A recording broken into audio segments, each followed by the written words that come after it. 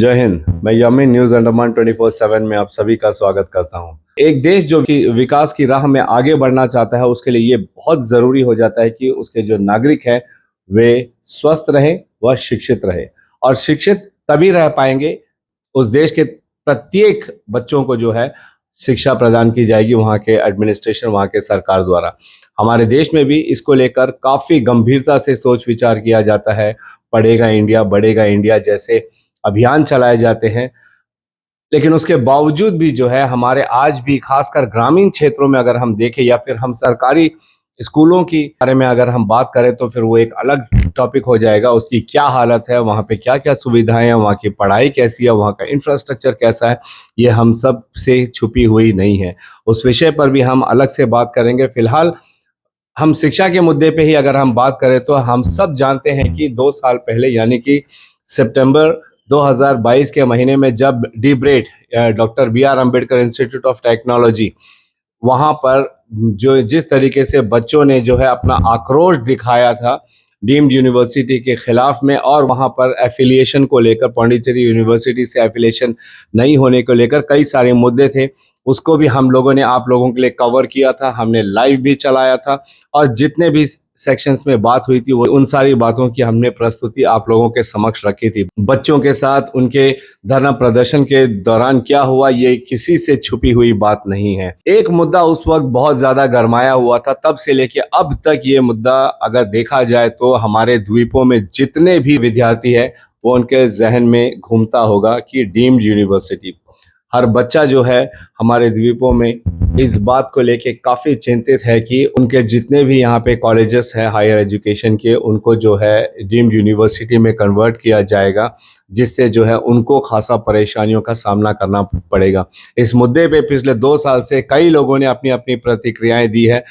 Doctor Arun Malik जो अभी हाल ही में एमपी कैंडिडेट भी रहे हैं, और इनका एक एज ए डॉक्टर इनका एक बहुत लंबा सफ़र भी रहा है। हम उन्हीं से इस विषय पे बात करने के लिए यहाँ पर आए हैं और जानना चाहेंगे कि डॉक्टर अरुण मलिक जी को इस विषय पर क्या कहना है। जय हिंद सर। यामिन जी जय हिंद। बहुत ही धन्यवाद आपको कि आप आए हैं, और मैं न्यूज़ अंडमान 24/7 को धन्यवाद देता हूं, और इसी के साथ में मैं अंडमान निकोबार के सभी को नमस्कार बताना चाहता हूं। कि मैं ये जानना चाहता हूं कि डीम्ड यूनिवर्सिटी को आप कैसे डिफाइन करते हो। देखिए, पहले तो मैं डिफाइन करने से पहले मैं आपको ये बताना चाहता हूं कि जो भी हुआ है, ये सितंबर 22 में जो प्रोटेस्ट हुआ था, मैं उसके लिए बहुत ही मैंने दुख के साथ मैं बता रहा हूँ, ये होना नहीं चाहिए था। और इसके बारे में जो भी हुआ था उस समय पर मैंने भी स्टूडेंट्स को बता रहा था कि जो भी आप प्रोटेस्ट करो within rules and regulation ही करना चाहिए। और उस समय भी मैंने देखा बहुत हमारे जो पब्लिक रिप्रेजेंटेटिव है, हमारे बहुत सारे एजेंसियां हैं जो बच्चों के लिए काम, आई मीन स्टूडेंट्स यूनियन है, ABVP, कुछ उसके बाद NSUI, इन लोगों ने भी बहुत कोशिश किए हैं, लेकिन आज तक उसका कोई आउटकम नहीं मिला। तो मैं आपको धन्यवाद देता हूँ कि आप हमारे साथ इंटरव्यू कर रहे हैं, और मेरा राय आप मैं सभी को बताना चाहता हूँ। इन टर्म्स ऑफ आज का जो सिचुएशन है, आपको बता रहा हूँ कि मैं 3 तारीख को जून को हमारा इलेक्शन के बाद मुझे पता चला कि डीम्ड यूनिवर्सिटी ऑफिशियली स्टैब्लिश हो चुका है, at least on paper, in Andaman Nicobar islands. Really? हाँ। तो मैंने उस मुद्दा को लेके मैंने एक पोस्ट भी किया था हमारा देशवासियों को, और मैंने उसमें यही लिखा था कि मैं डॉक्टर मलिक आज के दिन में मैं बता रहा हूँ कि आई अपोज दिस, मैं अपोज करता हूँ, ये एस्टैब्लिश नहीं होना चाहिए। और आपको ये भी बता दूं कि इसके बारे में हमारे जितने भी INC, BJP, CPIM और जो भी नेता, सोशल वर्कर, बहुत लोग बोले हैं, लेकिन कोई लोग ना कोई कन्विक्शन के साथ नहीं बोले कि इनको नहीं होना चाहिए। तो मैं आपको बता रहा हूँ, उस दिन मैंने बोला है कि मैं टोटली अपोज करता हूँ। दैट वाज ऑन 3 जून, एक दिन पहले हमारा रिजल्ट, इलेक्शन रिजल्ट के पहले। और मैं आपको बता रहा हूँ कि अभी मैंने उसके बाद में मैंने पता किया कि इसका क्या स्टेटस है। मार्च में हमारा मार्च 2024 में ये ऑफिशियली नोटिफाई हो चुका है कि अंडमान निकोबार में ये Netaji Subhash Chandra Bose institute of higher learning जो यूनिवर्सिटी है, डीम्ड यूनिवर्सिटी एस्टैब्लिश का प्रोसेस फॉर्मली अनाउंस हो गया है। तो इसके अंडर में जितने भी यहाँ पे हायर एजुकेशन वाले कॉलेजेस हैं, इंस्टीट्यूट है, सब आ जाएंगे। मैं आपको बता रहा हूँ, इसमें है हमारे जवाहरलाल नेहरू जो जेएनआरएम है, टैगोर कॉलेज है, बीएड कॉलेज, उसके बाद डेब्रेट का है, और महात्मा गांधी गवर्नमेंट कॉलेज है, अंडमान निकोबार कॉलेज है, एंकॉल है, उसके बाद जो हमारे मेडिकल कॉलेज है एनिम्स है, प्लस अंडमान लॉ कॉलेज। ये 7 कॉलेज को डीम्ड यूनिवर्सिटी के अंडर में ऑन पेपर ऑफिशियली डिक्लेयर। हमारे पास वो डॉक्यूमेंटेड एविडेंस है, it is not only with me, ये पब्लिक डोमेन में है। और मैं जस्ट बताना चाहता हूँ कि सीक्वेंस ऑफ इवेंट किस तरह करके हमारे कुछ local officers in collaboration with the Andaman Nicobar administration इसको एस्टैब्लिश किया है। सर, उससे पहले मैं दोबारा अपना प्रश्न को दोहराना चाहूंगा कि बहुत सारे लोग हैं जो डीम्ड यूनिवर्सिटी को समझ नहीं पा रहे हैं, तो आप थोड़ा डीम्ड यूनिवर्सिटी को डिफाइन कर दीजिए कि एग्जैक्टली डीम्ड यूनिवर्सिटी और बाकी जो यूनिवर्सिटीज है इसमें क्या डिफरेंस है। देखिए, अभी जो Pondicherry university, these are national university, इसमें आपको बड़ा नॉमिनल फी होता है। इनका जो मॉनिटरिंग मैकेनिज्म जो है वो एस्टैब्लिश्ड है उनके लिए। जैसा आपको पता होगा कि डेब्रेट का जो हाल था और अभी जो हाल है, पौंडीचेरी यूनिवर्सिटी इनको बता रहे थे कि भाई हमारा जो 17 रिक्वायरमेंट्स है आप इसको फुलफिल करो, तो उनके पास कंट्रोल रहता है जो भी यूनिवर्सिटी का अंडर में। अब डीम्ड यूनिवर्सिटी एक इंडिपेंडेंट होता है उनका पावर, तो वो directly under the central government भी है, ऐसा नहीं है कि कुछ भी इनका वो नहीं है, यूनिवर्सिटी ग्रांट कमीशन के अंडर में। लेकिन उनका control over the deemed university is different than the, मैं जो समझता हूँ दैन द, जैसा कि पौंडीचेरी यूनिवर्सिटी या पंजाब यूनिवर्सिटी, इनका अलग मैकेनिज्म है। डीम्ड यूनिवर्सिटी में purely you have to put money, पैसा देना पड़ेगा। एंड मैंने आपको बताया कि हाई फीस होगा, क्योंकि आपको प्रोफेसर, इसके बाद जो भी सपोर्ट स्टाफ होता है उनको भी अपॉइंट करना है, तो कहाँ से आएगा वो पैसा? तो हमारे जितने भी स्टूडेंट्स होगा ना, उनका कंट्रीब्यूशन के ऊपर ही आएगा। हो सकता है कि some funds will be given by university grant commission. आप जितने भी डीम्ड यूनिवर्सिटी इंडिया में देख लीजिए तो उनका हालत ऐसी है। That's number 1। Second is the quality of education. मैंने आपको बताया कि अगर कोई मॉनिटरिंग या कंट्रोल मैकेनिज्म नहीं रहा, या कि अगर कोई गलत किया तो उनको पनिशमेंट का मैकेनिज्म नहीं रहा, तो वो यूनिवर्सिटी ठीक से नहीं चलेगा।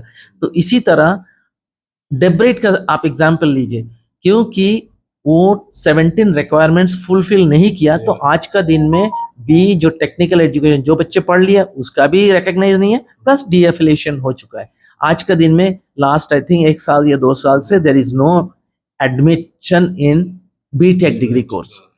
तो ये है मेन डिफरेंस 2 कि एक तो, और उसमें क्या होता है कि जो डीम्ड यूनिवर्सिटी में suppose you are the in-charge और the whatever vice chancellor, you are the authority, you will do the way you want, and yes the university grant commission उनको सुपरवाइज करेगा, but not the way like Pondicherry university और Punjab university और any other university, Delhi university. Deemed university जो होता है ना, वो independently manage करते हैं।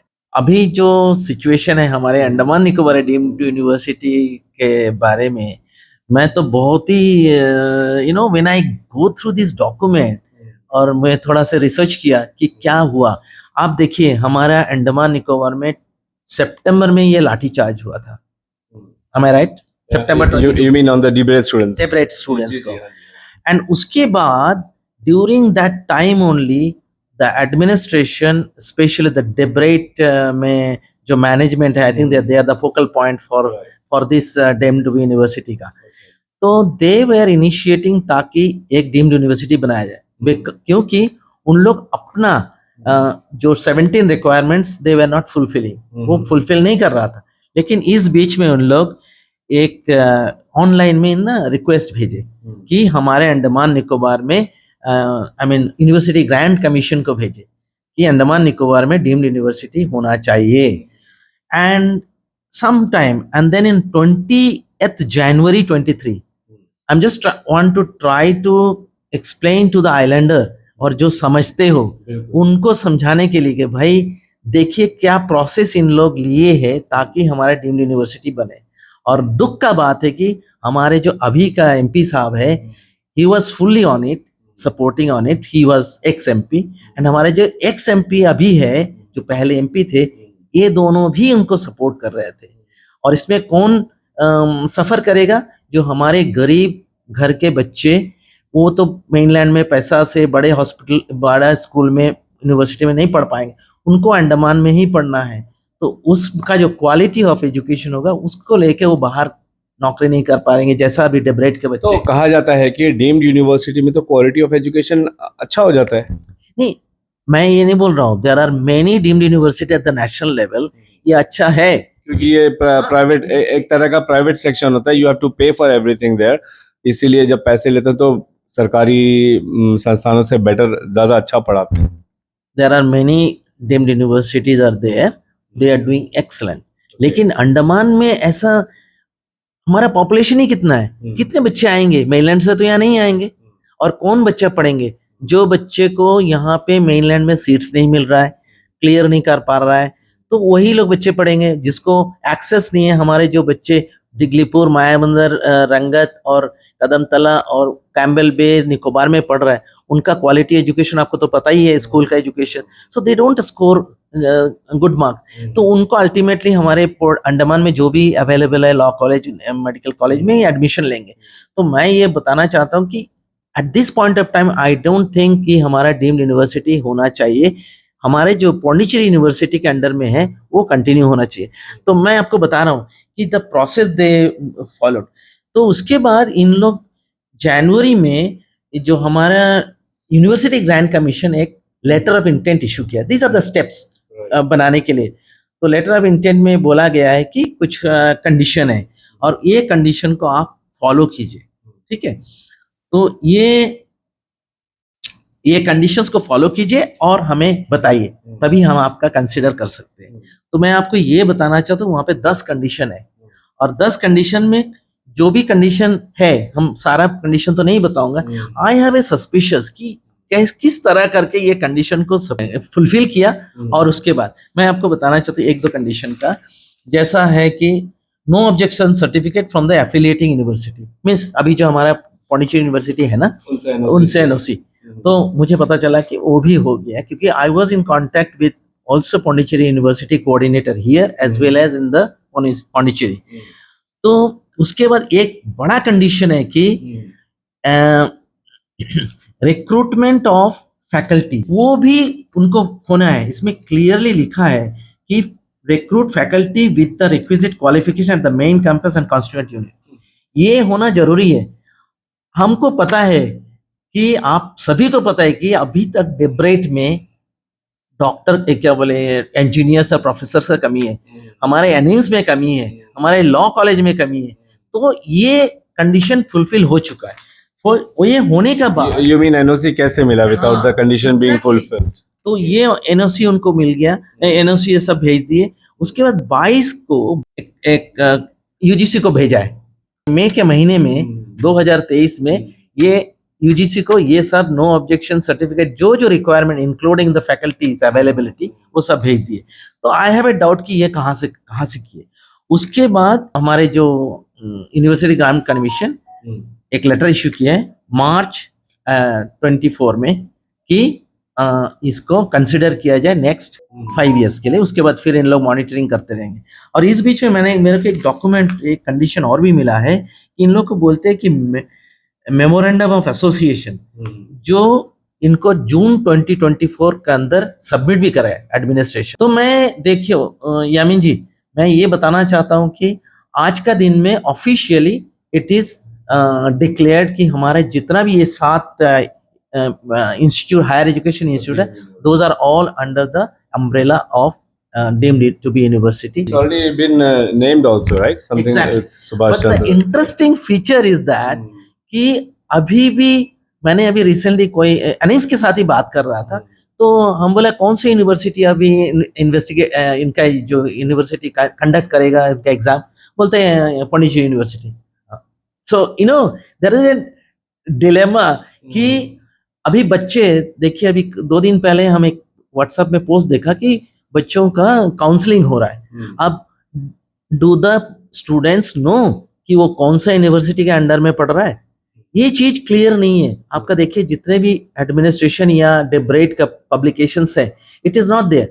तो I think this is a very important issue जो हम सभी को we have to take up with the administration.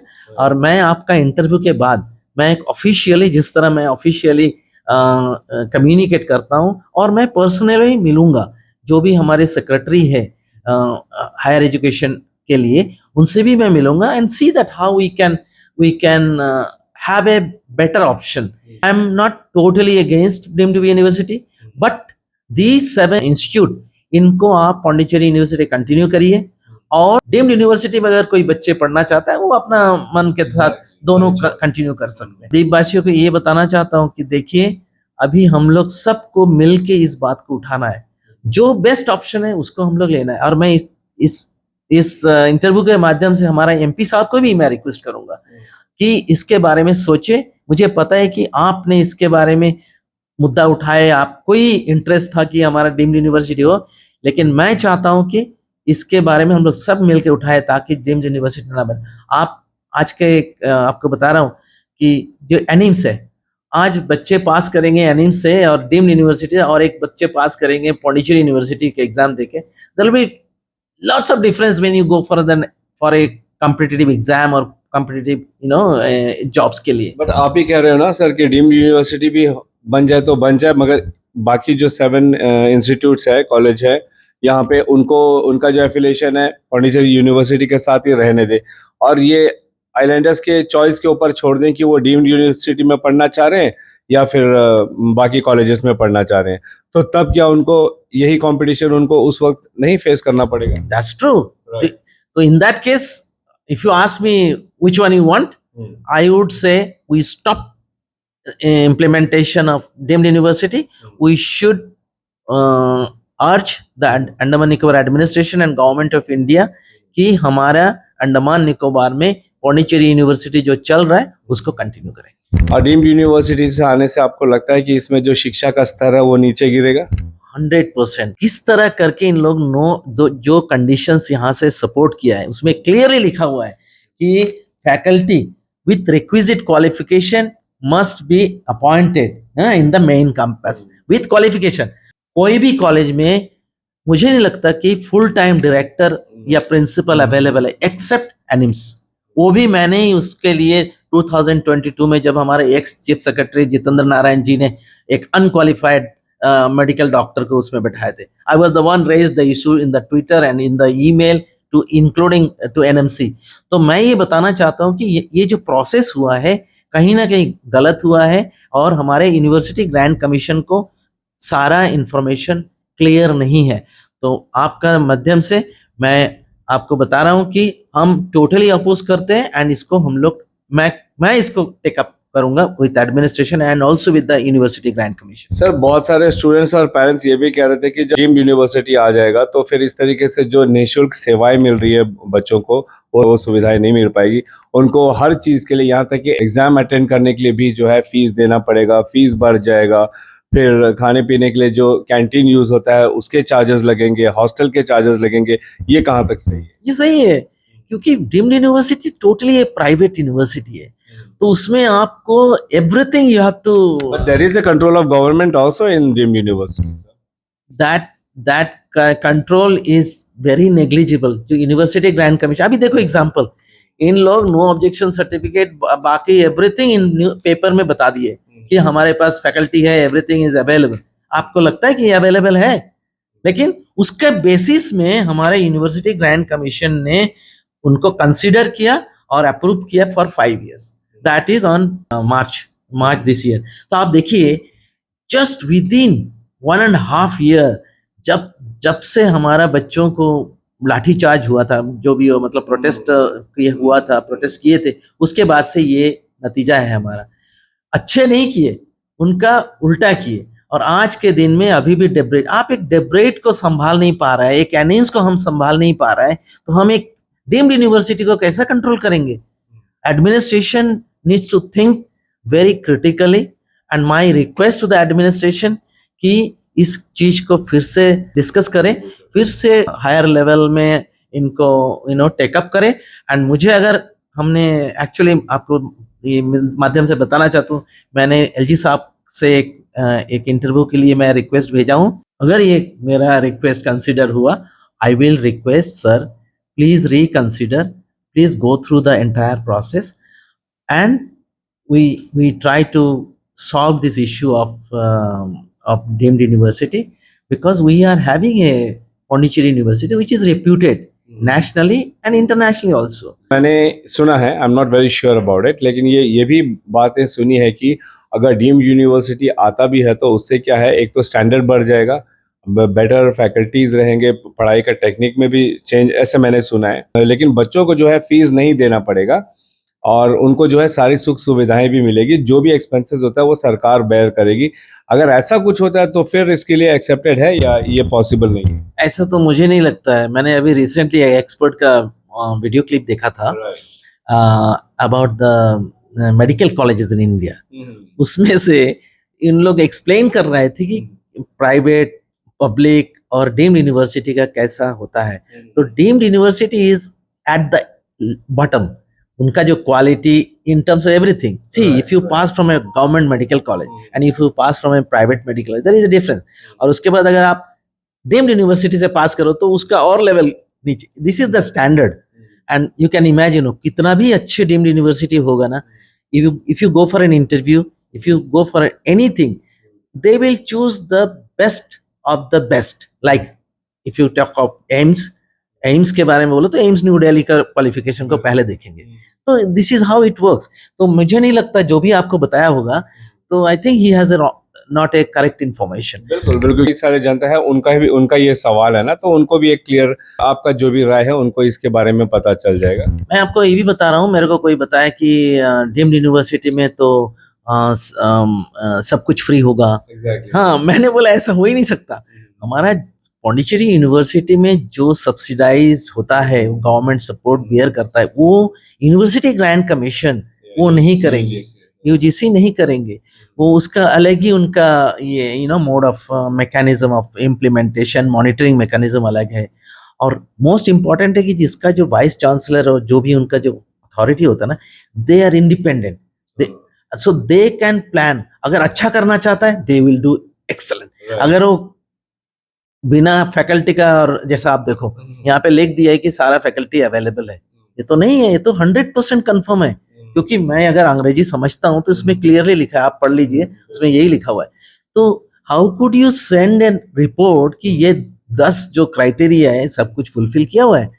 तो मैं सोचता हूँ, अभी देखिए एनएमसी में नेशनल मेडिकल काउंसिल से भी एनओसी लिया है, बार काउंसिल ऑफ इंडिया से एनओसी लिया है, तो ये तो मुझे पता है कि मिल सकता है, that is possible. But this one we can see, you go to the DBRAIT कि वहां पे फैकल्टीज है। अभी देखिए, कल ही आपको मैं दूसरा इंटरव्यू में बताऊंगा डिटेल। एनिम्स में आज का दिन में एक ही मेडिकल स्पेशलिस्ट काम कर रहा है, वहां पे पोस्ट कितना खाली पड़ा हुआ है। उस विषय पे भी हम आएंगे, दोबारा बात करेंगे आपसे। लेकिन अभी अच्छा ये जानना चाह रहे थे कि जिन बच्चों को इस बारे में नॉलेज नहीं है, वो ये जानना चाह रहे हैं कि क्या डीम्ड यूनिवर्सिटी में फीस भी लिया जाएगा? श्योर, डीम्ड यूनिवर्सिटी में तो वो उसको अपना पॉकेट से फीस देना पड़ेगा। सर वो हम समझते हैं, आप जानते हैं, जो लोग नहीं जानते मैं उनके लिए पूछना चाह रहा, ताकि उनको ये चीज क्लियर हो जाए कि फीस लिया जाएगा। लेकिन ज्यादातर यहाँ पर जो सरकारी कॉलेजेस है वहां पर फीस नहीं लिया जाता है, या ना के बराबर काफी नॉमिनल चार्जेस लिया जाता है, जो हर कोई अफोर्ड कर सकता है, चाहे वो किसान का बच्चा हो या फिर मजदूर का बच्चा हो। लेकिन डीम्ड यूनिवर्सिटी आ जाने के बाद में, और जितने भी यहाँ पे कॉलेजेस है, एंकॉल हो गया, जीएनआरएम हो गया या लॉ कॉलेज हो गया, सबको डीम्ड यूनिवर्सिटी के अंडर में लेकर अगर आ जाएंगे तो ये गरीब बच्चे आइलैंड के ये कहाँ जाएंगे? इनको कोई ऑल्टरनेटिव नहीं रहेगा। मतलब कि वे ना पढ़े, वो पढ़ नहीं पाएंगे क्योंकि उनके पास पैसा का कमी है। They are from the lower socio economic status से है। और आपको लगता है कि हमारी प्रशासन इस चीज पे राजी होगी कि जो पैसे वाले बच्चे हैं वही लोग पढ़ पाए और बाकी नहीं पढ़े? यही तो मेरा भी क्वेश्चन है कि हमारे एमपी साहब ने, जो अभी एमपी साहब है, एक्स एमपी था वो भी इसको पूरा सपोर्ट किए, हमारे जो विष्णुपत राय जी, ये जब एक्स एमपी थे उस अच्छा, वे जब एक्स एमपी थे, एक्स एमपी थे उस समय का बात है। और जब आप देखें 2022 में जो हमारा डिबेट का इशू हुआ था, उसी टाइम में मुझे सुनने में आया कि ही वाज सपोर्टिंग, अच्छा, लेकिन देखिए आप उस मुद्दा में he did not talk anything, बोले थे कुछ नहीं बोले। हमारा एक्स एमपी जो अभी कुलदीप राय शर्मा जी, वो भी कुछ नहीं बोले, ये दोनों नहीं बोले, because they support. But the oppose कौन, they were supporting the deemed university. yes, they were supporting the deemed university, that's why they were not talking anything against those डेब्राइट के बच्चों के, जब वो प्रोटेस्ट कर रहा था उनके साथ नहीं दिया। you got my point. तो इसी चलते अभी जो सिचुएशन है, हम तो बता रहे हैं कि ये अपोज करना चाहिए सारा आइलैंड्स को।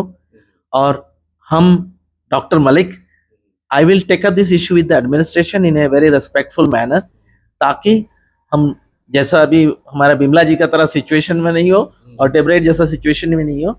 And I am sure administration we have a very good leadership, आज का दिन में they will consider our request और उसके बाद देखते कैसा होता है। Thank you so much doctor Arun Malik, इन्होंने हमें जो है डीम्ड यूनिवर्सिटी से लेकर कई सारी हमारे सवालों के जवाब दिया। और ये वही सवाल थे जो हमसे आजकल के जो बच्चे हैं वे कई बार हमसे उन्होंने पूछा, उन्होंने हमसे निवेदन किया कि इस बारे में बात करें और इस बारे में थोड़ा खुलासा करें। तो हम डॉक्टर अरुण मलिक जी से जब हमने बात की तो उन्होंने अपनी इच्छा जताई कि वे इस पर बात करना चाहते हैं और वे कुछ बातें बताना चाहते हैं, तो हम यहाँ पे पहुँचे। हम प्रयास करेंगे इससे जुड़े जो भी और भी जो लोग हैं हम उनसे भी बात करें और एक क्लैरिटी आप लोगों के सामने रखें कि डीम्ड यूनिवर्सिटी हमारे द्वीपों में आना चाहिए या नहीं आना चाहिए। इस तरीके से डॉक्टर अरुण मलिक जी ने अभी अभी बताया कि ऑफिशियली जो है इसको यहाँ पे मैक्सिमम जो कॉलेजेस हैं, इंस्टीट्यूट्स हैं, उनको डिक्लेयर कर दिया जा चुका है एज डीम्ड यूनिवर्सिटी। ये बात कहाँ तक सच है और ये कब से लागू होती है, ये भी हम प्रयास करेंगे इस बारे में जानने के लिए और आप लोगों के समक्ष इसकी पूरी सच्चाई को लाने के लिए, या इसके पीछे अगर कोई भी बातें हैं जो छुपी हुई है जो अभी तक बाहर नहीं आई है, हम उस बारे में भी प्रयास करेंगे। फिलहाल क्लियरली दिख रहा है कि अगर डीम्ड यूनिवर्सिटी आता है तो यहाँ पे हमारे द्वीपों के जो गरीब परिवार के जो बच्चे हैं उनको बहुत नुकसान होने वाला है, उनके शिक्षा में बहुत बुरा प्रभाव पड़ने वाला है और हो सकता है कि उनके भविष्य के लिए भी ये अच्छा नहीं हो। लेकिन जैसे मैंने शुरुआत में कहा कि हमारे देश की सरकार ये कहती है पढ़ो इंडिया बढ़ो इंडिया, पढ़ेगा इंडिया तभी बढ़ेगा इंडिया। और अगर इस तरीके से जैसी बातें चल रही है कि डीम्ड यूनिवर्सिटी आ जाएगा, प्राइवेटाइज हो जाएगा तमाम इंस्टीट्यूट यहाँ पे, तो जो अफोर्ड कर सकते हैं वे पढ़ पाएंगे, जो नहीं अफोर्ड कर सकते हैं वे नहीं पढ़ पाएंगे, तो फिर ये कहावत जो है पढ़ेगा इंडिया बढ़ेगा इंडिया, ये सूट नहीं करता है। लेकिन इसके पीछे की पूरी हकीकत, दूसरे तरफ की जो बातें हैं, हम इस बारे में प्रशासन से भी, एजुकेशन डिपार्टमेंट से भी इस बारे में बातचीत करेंगे और जानेंगे कि इसके पीछे की पूरी सच्चाई क्या है। फिलहाल कैमरा पर्सन दीपिका सोनी के साथ मैं यामीन, न्यूज़ अंडमान 24/7। जय हिंद।